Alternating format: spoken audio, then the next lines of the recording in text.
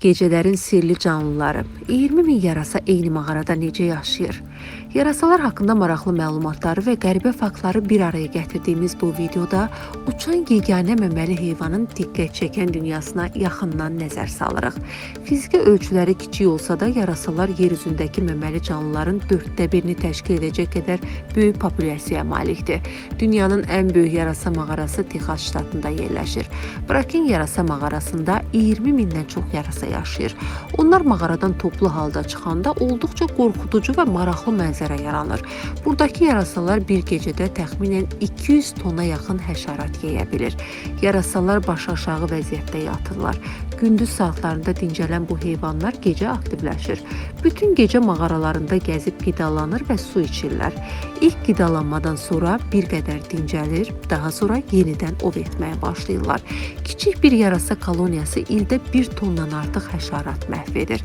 Yarasa növləri fərqli qidalanma xüsusiyyətlərinə malikdir.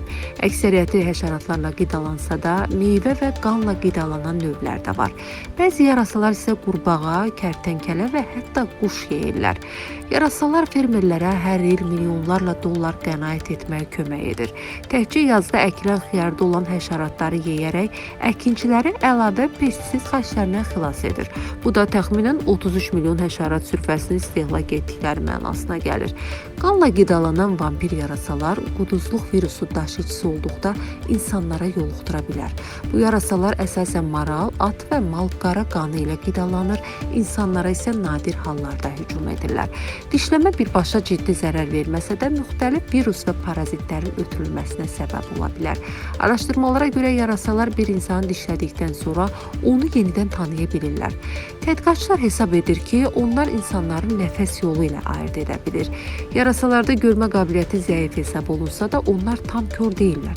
Əksinə bəzi növlər kifayət qədər yaxşı görür və ultrabənövşəyi şüaları belə hiss edə bilir. Onlar ağız və ya burun vasitəsilə ultrasəs siqnalları yayaraq ətrafı müəyyən edir və ovlarını tapırlar.